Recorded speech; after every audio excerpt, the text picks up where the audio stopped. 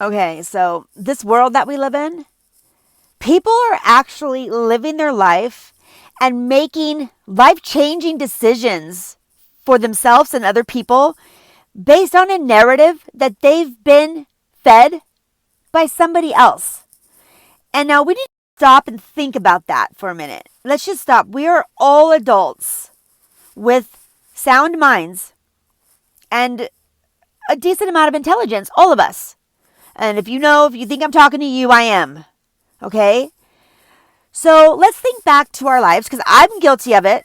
I got to watch myself because I can tend to do the same thing. But as intelligent adults, if we are fed a story and it is so shocking, the story is so shocking that we are like, no way.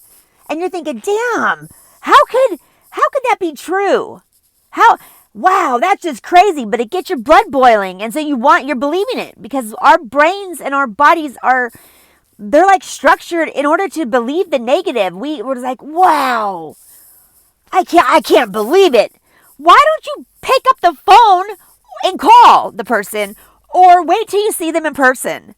Because, if you're that shocked by the news, most likely it's not true.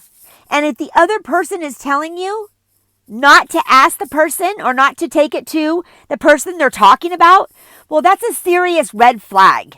That's a serious red flag because they don't want their color shown. They don't want to be caught lying.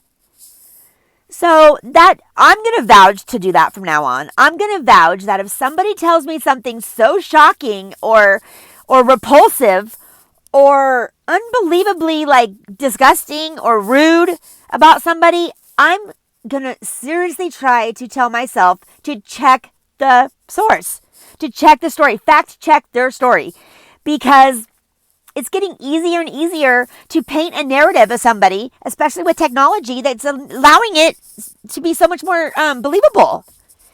So I'm maybe going to start a movement. Like, we should name it something. Like, we need to name it like fact check that shit.